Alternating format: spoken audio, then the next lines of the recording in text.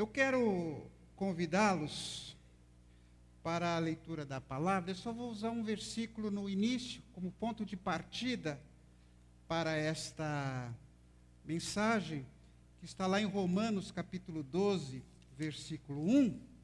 E eu queria ler para vocês. Portanto, irmãos, peço pelas misericórdias de Deus que ofereçam o corpo de vocês como um sacrifício vivo, santo e agradável a Deus. Este é o culto racional de vocês.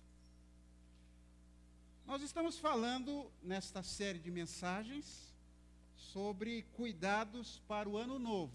E eu estava pensando, puxa, nós já estamos terminando o primeiro mês do ano. Você que fez aquele monte de votos para 2024, eu já quebrei um monte. Mas nós já estamos no primeiro mês do ano encerrando. Daqui a pouco, a gente vai estar falando, puxa, já está chegando o Natal. E a gente não fez nada. Então é bom a gente reforçar essa ideia e apresentar alguns votos, né? No domingo passado, o pastor Rodrigo falou sobre acordar. Acordar. Eu fiquei muito impressionado com a estatística que ele deu. Né? Se não me engano, 70% das pessoas morrem à noite do coração, infarto. E eu estava conferindo para ver se era verdade mesmo, se o pastor Rodrigo não enganou a gente. E não é que é verdade, né? Então, já é uma grande coisa a gente acordar. Essa coisa tão ruim, a gente acorda. Uns acordam animados, outros acordam desanimados, etc. Mas, olha, eu acordei. E isso no nosso dia a dia, no nosso cotidiano, deveria revelar, puxa, eu estou vivo, estou respirando, e lembrar do nosso batismo, eu nasci de novo em Cristo Jesus, eu tenho uma nova vida. Isso deveria fazer parte do nosso dia a dia. Na terça-feira passada, o Marcelo falou sobre arrumar a cama. Sabe que lá em casa quem arruma a cama sou eu. Por uma razão muito simples, eu sempre acordo mais tarde. Então, eu aprendi aqui com a Tish que a gente deve fazer aquilo com carinho. E é uma das primeiras coisas que eu faço. Antes de tomar café, eu arrumo a minha cama. E eu normalmente, assim, antes de ler o livro, eu pegava o pijama, enrolava assim e jogava na gaveta. Não sei se alguém faz isso aqui. Hoje eu estou aprendendo a dobrar direitinho, arrumar direitinho a cama, como um desejo de que aquele dia a minha vida seja tão arrumada quanto a cama que eu fiz, o meu quarto, arrumo os tapetes, abro as janelas e tudo isso, né? Hoje nós vamos falar sobre um assunto que não é muito comum. É a primeira vez que eu falo sobre isso, né? Escovar os dentes. Alguém vai falar, poxa, que igreja é essa, hein? As más línguas, o que vão falar trocaram a Bíblia, né, pela odontologia, coisas desse tipo, né? Mas o escovar os dentes é um símbolo do nosso corpo, da espiritualidade do nosso corpo. Nós temos um corpo. Você já percebeu que a gente poucas vezes se lembra do nosso corpo? Você só lembra do seu corpo quando alguma coisa dói. Mas você já parou para pensar a importância de respirar? Nós tivemos aí a terrível Covid, pessoas que morreram sem conseguir respirar. E nós conseguimos respirar, e a gente nem lembra disso. Parece algo tão natural. Eu já estou numa idade, não vou falar a minha idade, não adianta perguntar, mas eu tenho mais de 18 anos. E eu já estou numa idade que quando a gente abaixa para pegar alguma coisa, eu já olho em volta para ver se tem mais outra coisa para pegar, para mim não perder a viagem. Porque abaixar já é um trabalho complicado para mim. Então, a gente se lembra muito do corpo. Quem tem mais de 18 anos aqui, são poucas pessoas, a gente sabe que a gente está sempre pensando no corpo, né? Tudo, opa, hoje não está doendo nada. E olha que isso é raro, né? E a Tish, ela diz, né? Ela diz que, uma frase que eu anotei aqui, ter corpo dá trabalho. Mesmo para pessoas saudáveis. Porque a gente tem que tomar banho. Pelo menos uma vez por semana, eu acredito que você tome banho. Você tem que escovar os dentes. E coisas desse tipo aqui, né? Eu procuro escovar meus dentes pelo menos 3 vezes por dia. Depois das refeições. E hoje eu escovei o dente, excepcionalmente, antes de vir à igreja. Vai que eu falo com alguém e... né? À noite eu capricho mais na escovação dos dentes. Aí eu uso a escova, fio dental e o enxaguante, porque a gente vai ficar muito tempo com a boca fechada, né? Os germes vão estar, as bactérias, então eu cuido mais, né? Quando a gente negligencia a escovação dos dentes, isso traz muito efeito sobre a qualidade da nossa vida. Tá? E eu não vou ficar falando sobre os problemas que uma má escovação pode produzir. Eu não acho escovar dente uma coisa agradável. É uma coisa chata. Não sei quanto a você. Eu faço tudo muito rápido. A minha esposa, Valéria, ela é um bom exemplo para mim. Ela fica assim 10 minutos escovando os dentes. Escova ali, escova.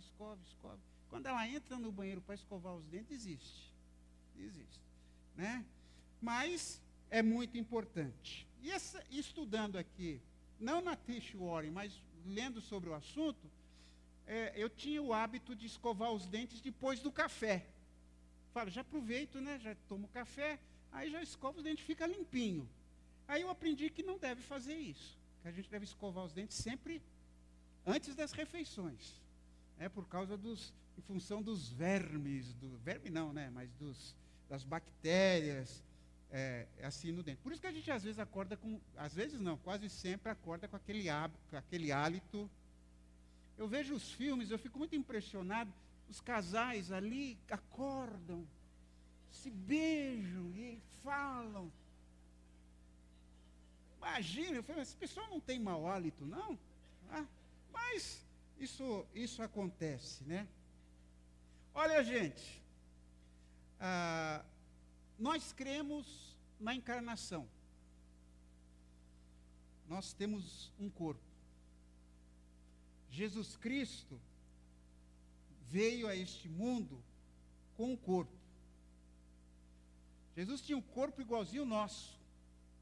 Ele comia, ele bebia, ele tinha mau hálito, ele ia ao banheiro, ele tomava banho, ele sujava os pés. Jesus Cristo tinha um corpo. Ele arriscou o Deus que participou de tudo da criação, ele assumiu um corpo. Arriscou, tem um corpo igual ao nosso. Nós vemos lá nas cenas da crucificação, não é?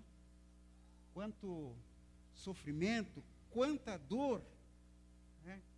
O corpo é tão importante, o nosso corpo é tão importante, que ele vai ressuscitar. Lembra disso? Você vai ressuscitar, depois que deixar esta vida, né? Na eternidade, no céu, nós vamos manter um corpo. Só que um corpo não como este. Não vai ser assim, este corpo cheio de limitações. Eu não vou precisar usar óculos com este corpo. Não terei problemas de audição, não terei cáries. Será um corpo glorificado semelhante ao de Cristo. Porque Cristo ressuscitou glorificado. É uma coisa interessante, porque o corpo do Cristo ressuscitado era tão parecido com o do ser humano, mas ao mesmo tempo, muitos não o reconheceram. E você se lembra que quando Jesus subiu, ele saiu flutuando, voando, subiu aos céus. Então, isso é um corpo glorificado que nós vamos ter. Então, nós lá na eternidade não vamos ser alminhas desencarnadas, alminhas assim, assombração. Nós vamos ter um corpo. Agora, não pergunte mais do que isso, porque eu também não sei. Mas eu sei que a Bíblia diz que aquilo que o olho não viu, os olhos, aquilo que os ouvidos não ouviram, nem jamais penetrou no nosso pensamento, é aquilo que Deus tem para nós. Quer dizer, todos nós vamos ficar surpresos com o que vamos encontrar no céu. Nós que temos o Senhor Jesus Cristo em nossa vida, né? E o nosso corpo é sagrado. Sabia? O seu corpo é sagrado. Porque a Bíblia diz que ele é templo do Espírito Santo. E eu vou falar mais sobre isso. A Bíblia mostra para nós que Deus não se preocupa exclusivamente com a nossa alma. Ele se preocupa conosco por inteiro. Nosso bem-estar físico, emocional, em todos os aspectos. Porque eles são muito importantes. No passado, não sei se aqueles irmãos que são crentes há mais tempo, no passado eles dividiam, os teólogos, os pastores, discutiam assim, você é dicotomista ou tricotomista? Não sei se alguém se lembra disso. Dicotomista, corpo e alma. Tricotomista, corpo, alma e espírito. Nós somos divididos em 3, nós somos divididos em 2. Nada disso. Nós somos uma unidade psicofísica. Não existe quando uma pessoa morre, ali não tem mais alma, não tem mais espírito. A gente sabe que a gente é uma unidade. Ontem eu estava fazendo um exercício com a minha esposa, eu estava fazendo esses exercícios da televisão. Sabe o que a gente vê na televisão? A gente faz junto. E aí o professor lá falava assim, sorria. E eu meio morto, sorria.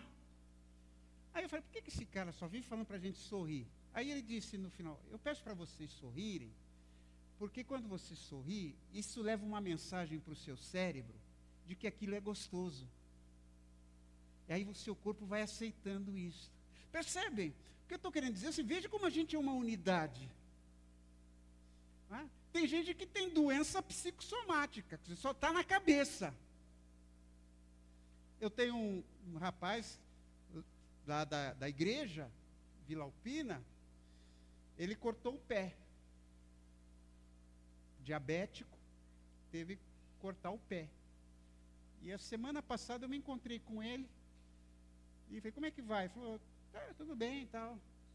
Já sarou.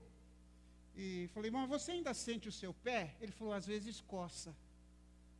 Coça o pé que ele não tem. Isso veja como o importante que a gente tem na cabeça, como isso afeta o nosso corpo.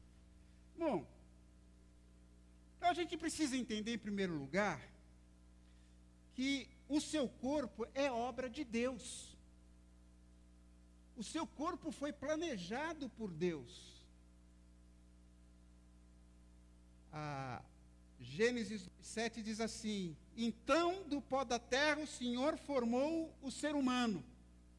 O Senhor soprou no nariz dele uma respiração de vida e assim ele se tornou um ser vivo. A palavra formou aqui, segundo os especialistas na língua hebraica, que é a língua do Velho Testamento, esta palavra aqui, formou, é empregada para um oleiro, aquela pessoa que faz um vaso. É como se Deus estivesse trabalhando na nossa vida. Nós fomos feitos por Deus. O corpo humano, o nosso corpo, ele não surgiu do acaso. Ele é um trabalho manual de Deus, uma obra-prima de Deus. O nosso corpo é o suprassumo da tecnologia. Nada do que se inventou hoje. Hoje se fala muito da inteligência artificial. Isso não é nada diante do nosso corpo. Você sabia que o nosso coração dá 10.000 batidas por dia? 10.000. Se você não acredita em mim, amanhã comece a contar. Uma pessoa com 70 anos bombeou sangue para o seu corpo 3 bilhões de vezes. 3 bilhões, o coração bombeando no corpo. A minha avó faleceu com 99 anos. E ela nunca teve problema de coração. Que aparelho nós temos hoje, que é usado ali constantemente, que dura 99 anos sem nenhum problema? Percebam a maravilha que é o nosso corpo. Você tem um corpo incrível. Olha só o que diz o Salmo 139, na versão A Mensagem, de um autor chamado Eugene Peterson. Ah, sim, tu me moldaste por dentro e por fora. Tu me formaste no útero da minha mãe. Obrigado, grande Deus, é de ficar sem fôlego.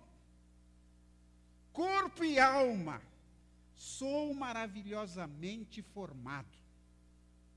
Eu te louvo e te adoro, que criação. Tu me conheces por dentro e por fora, conheces cada osso do meu corpo. Sabes exatamente como eu fui feito.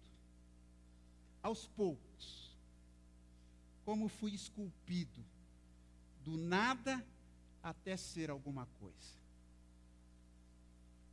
Então, eu queria que a gente se lembrasse aqui que o nosso corpo é obra de Deus. Segundo lugar, o seu corpo é sagrado.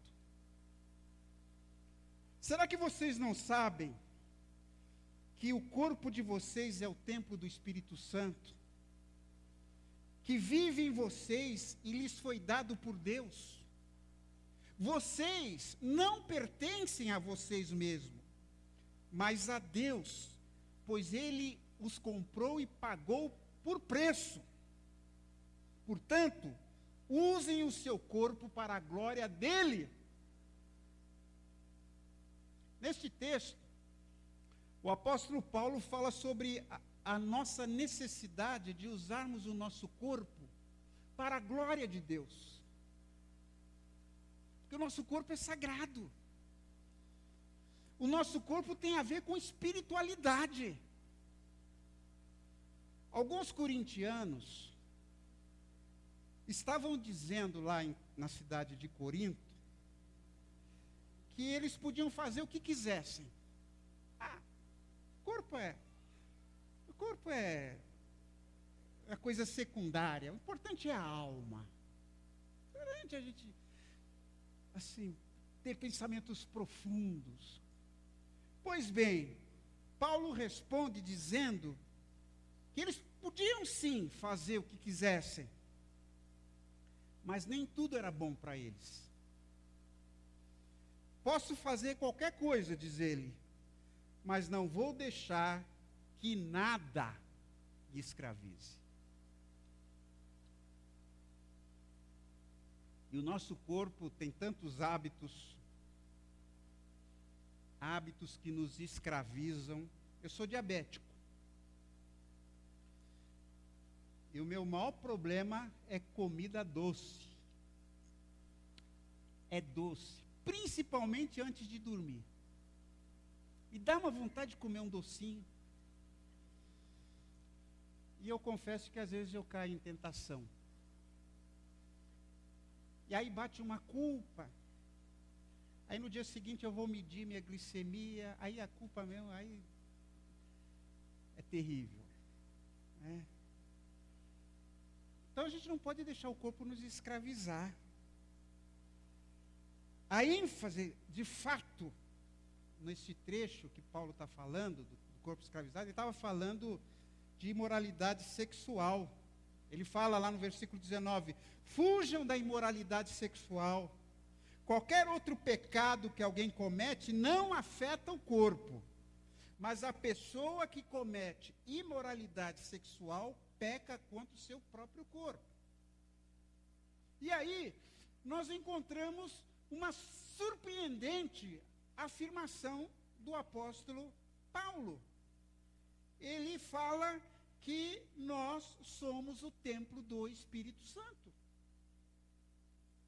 O Espírito Santo habita em nós. Os especialistas na língua grega dizem que a palavra templo aqui é neos. Sabe que existem duas palavras no grego para templo. Uma é neos e a outra é hieron. Mas aqui a palavra é neos. Neos, o templo, era grande, tinha os vários átrios, átrio das mulheres, etc, etc. E tinha o Santo dos Santos. No Santo dos Santos, lugar santíssimo, somente o sumo sacerdote podia entrar uma vez por ano, de tão sagrado que era aquele lugar. Pois é esta palavra que está aqui, que se refere ao nosso corpo. O nosso corpo é o Santo dos Santos, é o lugar santíssimo, é um lugar sagrado, porque Deus, o Espírito Santo, habita em nós.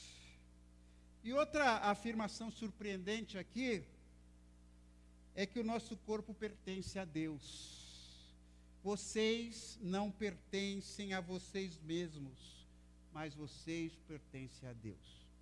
Há uma linha hoje em dia que fala, não, eu sou dona do meu corpo, o corpo é meu. Mas para o cristão, o corpo não é meu, o corpo é de Deus. É do Senhor. E aqui a gente encontra um ensinamento que nós chamamos de mordomia do corpo. O mordomo é o administrador. Nós somos administradores do nosso corpo. Nós temos que cuidar do nosso corpo, porque ele não é nosso, é de Deus. Fomos comprados por um preço. A ideia aqui é de uma transação feita à vista, não teve pechincha. Nós fomos comprados por Cristo Jesus, com a sua morte lá na cruz, com o seu sangue. Nós custamos caro para Deus. Que morada você tem oferecido ao Espírito Santo? O Espírito Santo que habita em você, que entregou sua vida a Jesus. Uma cabana, uma choupana, ou o Santo dos Santos? Uma terceira verdade que eu queria deixar para você. O seu corpo precisa ser cuidado. Nós estamos falando aqui sobre cuidar. Cuidar da vida. Cuidar da vida neste ano. E aí eu volto àquele versículo que eu li logo no começo. Portanto, irmãos, pelas misericórdias de Deus, que ofereçam o corpo de vocês como um sacrifício vivo, santo e agradável. Este é o culto racional de vocês. Como eram os sacrifícios no Antigo Testamento? Eram oferecidos animais, bois, cabras, carneiros, eram oferecidos lá no templo.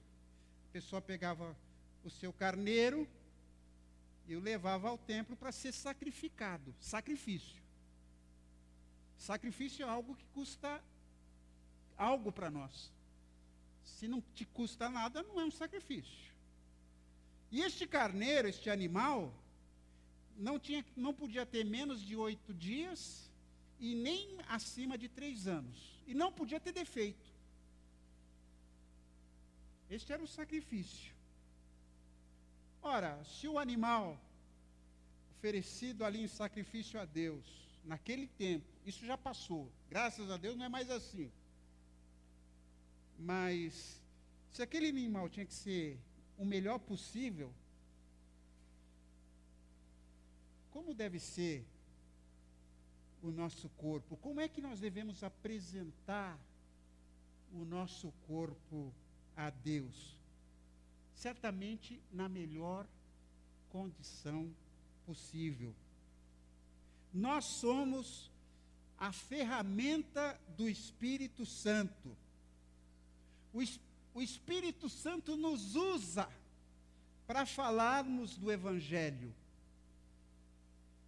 Uma verdade básica sobre evangelismo é a seguinte: não é você que ganha uma pessoa para Cristo. Não é uma pessoa que converte uma pessoa, é o Espírito Santo. Você só é a ferramenta. Você só é um instrumento do Espírito Santo. Agora imagine você vai evangelizar alguém, aquele bafo de meia usada. O bafo da famosa onça. Eu nunca cheguei perto de uma onça para ver como é que é o bafo de onça. E nem pretendo, nem pretendo chegar lá. Mas imagine, alguém vem falar com você com aquele mau hálito. Acho que eu não me convertia, não. Eu ia, não, já entendi, qualquer dia eu passo lá na sua igreja, tchau. É o que muita gente faz por aí, né? Cuidar do nosso corpo é uma responsabilidade que nós temos para com Deus. É engraçado que a tendência evangélica para os nossos dias, quando a gente fala de cuidar do corpo, nós somos templo do Espírito Santo, é a explicação que as pessoas dão para você não beber e não fumar. Então, eu não bebo. Eu sou templo do Espírito Santo. Mas o templo do Espírito Santo, o sujeito lá, o nosso amado irmão, cai com tudo em cima do churrasco. Toma 1 litro de Coca-Cola. Como diabéticos, né? Oi? Como diabético, eu sei que o mal que o refrigerante faz para mim, e faz para qualquer pessoa. Deve fazer uns 4 anos que eu não experimento refrigerante. Mas a gente só pensa nisso. Só pensa na bebida e no cigarro. É lógico, deve fumar. Isso não é um problema espiritual. Isso é um problema de saúde. Todo álcool prejudica o nosso organismo. Inclusive vinho. Inclusive o vinho. Cigarro, então, tem que ser muito primitivo para fumar. Me desculpe se alguém aqui fuma. Rodrigo, você não fuma. Não, tá. Fumar é uma coisa primitiva. A pessoa está se destruindo, mas o corpo vicia, né? O corpo tem vontade. E eu sei que é difícil você largar certos hábitos. Meu sogro, eu o batizei também, ele fumava, hoje ele está com 90 anos. Ele fumava desde 16 anos e bebia. Ele conseguiu largar a bebida, mas o cigarro levou muito tempo para ele conseguir largar o cigarro. Mas hoje está liberto, né? Então, qualquer pessoa que pense que isto de cuidar do corpo não é um tema espiritual, não tem a ver com espiritualidade ou religioso, está enganada. Como nós cuidamos do nosso corpo tem a ver com a nossa espiritualidade. E cuidar do corpo inclui alimentação adequada, e nós vamos falar sobre isso nessa série de sermões. Uma alimentação adequada, uma equilibrada, variada, uma dieta balanceada, com todos os grupos de alimentos, inclusive brócolis. Até brócolis você tem que comer. Você já se sentiu assim, que o Rodrigo me convidou para comer um brócolis na casa dele. Eu vou falar, eu já tenho compromisso. Eu vou sentir muito, mas, né? Como é que está a sua saúde física, que inclui exercícios regulares, descanso? As pessoas vivem estressadas, as pessoas não param. Como está o seu corpo? Como você tem cuidado do seu corpo? Uma quarta verdade: o seu corpo deve ser oferecido a Deus. Ofereçam o corpo de vocês. Mas isso não é uma imposição, não é uma obrigação, como se Deus estivesse impondo isso para cada um de nós. Paulo diz assim: peço pelas misericórdias de Deus. A palavra pedir aqui traz o sentido de encorajamento. Eu encorajo vocês pelas misericórdias de Deus. Misericórdia refere-se àquela bondade de Deus para conosco, e uma bondade que nós não merecemos, que é um dos principais temas de Paulo na carta aos Romanos. Paulo, em Romanos, passou 11 capítulos falando sobre as misericórdias de Deus. Fala que nós somos pecadores indignos, mas Deus nos deu seu Filho para morrer por nós. Todas as coisas contribuem para o nosso bem, e vai, e vai, e vai. E você sabe muito bem sobre essas misericórdias de Deus, né? Se é uma palavra-chave em Romanos, a palavra é misericórdia.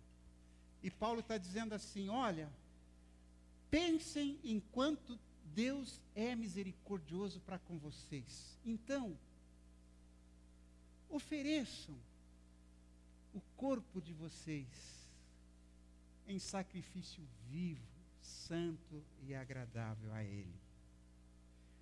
Corpo é a pessoa inteira. Ofereçam-se por inteiro a Deus. Aqueles que são batistas aqui há muito tempo, e eu sempre fui batista, eu nasci numa igreja batista. Na realidade, eu nasci no hospital, mas logo que eu tinha condição, eu fui levado para a igreja batista. A gente sabe, principalmente no passado, nós reprimíamos muito o corpo das pessoas, né? A pessoa estava lá no culto, numa igreja batista. Meu pastor Francisco Afonso de Carvalho, foi o pastor que me batizou. Você estava ali fazendo assim com o dedinho quando estava cantando, levava bronca. Lembra aquela música, Não Se Reprima? Você não podia ser batista, porque você não podia se mexer, né? Então, não se podia antigamente bater palma, não se podia dar um glória a Deus, não se podia dançar no culto, fazer um gesto assim. Não podia. Você cantava assim. Que alegria nesse dia. Era assim que a gente cantava. E o corpo não fazia parte da nossa espiritualidade. Não podia participar disso.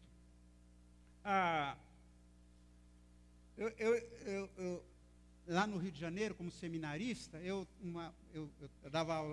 estava dando uma aula para os jovens, um domingo à tarde, para os jovens, na favela.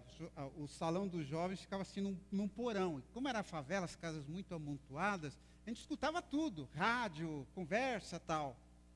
E eu lá dando aula. De repente a gente escutava um barulho assim, gol! Metade dos jovens saíam correndo, porque era gol do Flamengo. Cansei de passar por uma experiência disso. Eu estava pensando aqui, né? O seu time faz um gol. Decisão de campeonato. E você lá, olha que bênção. Meu time fez um gol, glória a Deus. É assim? Você pula, você grita. Eu já gritei muito pelo meu glorioso Santos Futebol Clube. Muito, já pulei. E é muito, muito interessante. O corpo participa disto, né? Então, eu estava lendo hoje esse texto, me lembrei, quando a arca chegou, nos tempos de Davi, quando a arca estava entrando na cidade, Mical, a filha de Saul, olhou para a janela e viu Davi dançando e pulando de alegria. Então, sentiu desprezo por ele. Ela era batista. Que coisa, o rei pulando e dançando porque a arca chegou. Davi entendia da espiritualidade do corpo. Nós devemos cultuar a Deus com todo o nosso ser, em pé, sentado, ajoelhado, caminhando, cantando, dançando do jeito que você quiser. Do jeito que reflita o seu jeitão de ser. Eu sei que há pessoas que são mais reservadas, até por temperamento. Eu sou assim. Eu não sou de ficar muito... Mas eu fico contente quando as pessoas estão cantando, estão louvando a Deus, estão estendendo as mãos, não para se exibir, não porque alguém obriga, mas porque ela tá gritando gol.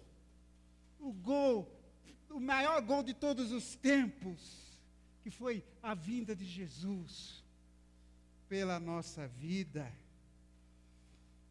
O texto também fala de um sacrifício vivo. Ofereçam o corpo de vocês um sacrifício vivo. O carneirinho, ele era morto, era um sacrifício morto. Nós somos um sacrifício vivo. Aqui, nós estamos oferecendo um sacrifício vivo a Deus. Esta expressão pode indicar que os crentes devem se oferecer continuamente ao serviço de Deus. Quando eu me levanto, eu acordo. Quando eu arrumo a cama, quando eu escovo os dentes, na minha rotina, no meu dia a dia, eu devo oferecer o meu sacrifício. Estar na presença de Deus, estar diante de Deus. Um versículo bem curtinho lá acho que é Filipenses, orai sem cessar. Como é que a gente ora sem cessar? Assim, você vai dirigindo o seu carro por trabalho e diz, Senhor, muito obrigado por este dia, assim? Não é. Não dá para a gente ficar naquele ritual, aquelas práticas que a gente tem de oração. Orar sem cessar está o tempo todo na presença de Deus. Você está escovando os dentes, está na presença de Deus. Você está comendo, está na presença de Deus. É você estar presente. Às vezes a gente almoça, ou janta, e nem sente o gosto da comida, porque a gente está preocupado com o que vai acontecer lá na frente. A gente não está presente, a gente não está vivo. Tem um cachorro lá perto de casa,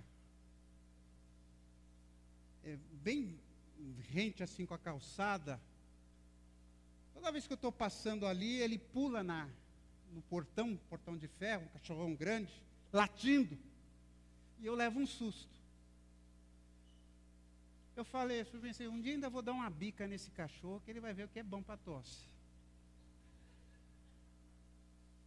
Leva um susto, aí você fica meio constrangido, né? Ver se alguém olhou você levando susto. Bom, um dia eu estava vindo e falei, tem um cachorro ali. Ele vai pular, tenho certeza. Então eu fui ligado, estava vivo. Passei, ele pulou, ainda fiz uma...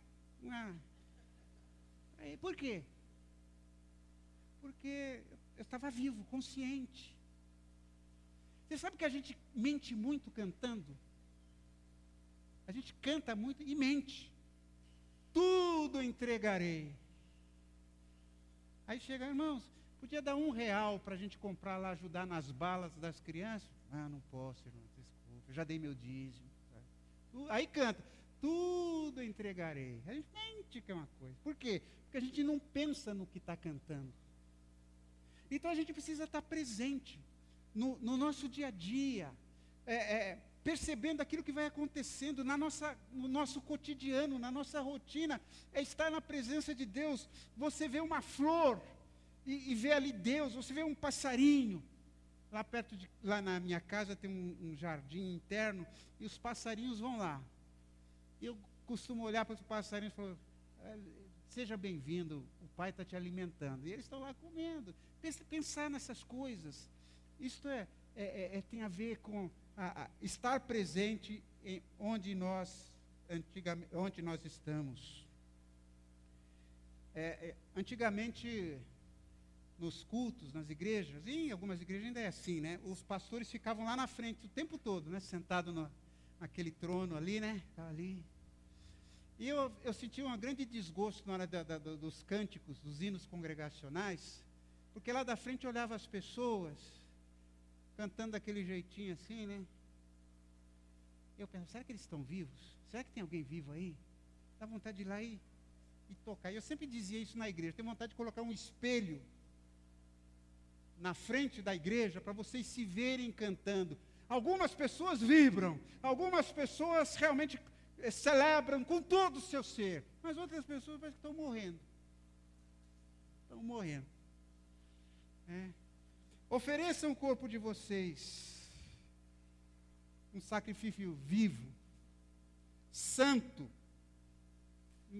algo que é especial para Deus, agradável. Ofereça o melhor de si. O que é agradável para Deus? Aquilo que você fez de coração, aquilo que você fez com todo o seu ser, não importa como você está louvando, mas eu estou dando o meu melhor. Eu sei que eu não sou o melhor cantor do mundo. Eu sei que eu não sou o melhor pregador do mundo. Mas eu estou tentando dar o meu melhor. Isso é agradável a Deus. Não é por hábito, não é por rotina, não é no piloto automático. Muitas coisas a gente faz no piloto automático. Experimente gravar suas orações. Aí você vai ver como você ora sempre as mesmas coisas. Você repete as mesmas coisas. Não é uma conversa. Porque muitas coisas, eu aprendi assim e vou fazendo assim. E ofereçam um culto racional. É interessante que essa palavra racional, a palavra grega, dizem os especialistas, é lógicos. Ou seja, um culto, alguns dizem que é um culto espiritual, outros dizem que é um culto razoável, um culto adequado. Ou seja, cultuem pensando naquilo que vocês estão fazendo. Prestem um culto verdadeiro a Deus. Bom, concluindo, não há algo que seja mais caracteristicamente cristão do que a gente entender que o nosso corpo expressa espiritualidade. Os gregos não diriam isto. Para os gregos, o que importava era o espírito. O corpo era só uma prisão. O corpo era uma prisão da alma. O corpo era algo desprezível, algo que, inclusive, do qual eles se envergonhavam. Mas nenhum cristão verdadeiro jamais creu nisso. O cristão, você e eu, cremos que o corpo pertence a Deus, tanto quanto a nossa alma, e que nós podemos servir a Deus tanto com o corpo, como com a mente, como com o espírito. Tudo isso. O grande fato da encarnação significa que o próprio Deus não vacilou em tomar um corpo humano, viver nele e operar através dele. Então, o que Paulo está dizendo? Tome seu corpo, tome todas as suas tarefas que deva fazer cada dia. Tome o trabalho cotidiano, tome a sua ida para o seu trabalho, para a sua loja, para a sua fábrica, para a sua oficina, para a sua escola. E ofereça isso tudo a Deus, como um ato de adoração. Os pregadores costumam dizer: entregue seu coração a Jesus. Eu prefiro dizer: entregue seu corpo. Entregue todo o seu ser a Jesus. E eu encerro com este mesmo versículo na versão A Mensagem. Veja como o Eugene Peterson, que foi um dos tradutores, como ele entendeu bem isso. Portanto, com a ajuda de Deus, quero que vocês façam o seguinte: entreguem a vida cotidiana, dormir, comer, trabalhar, passear a Deus, como se fosse uma oferta.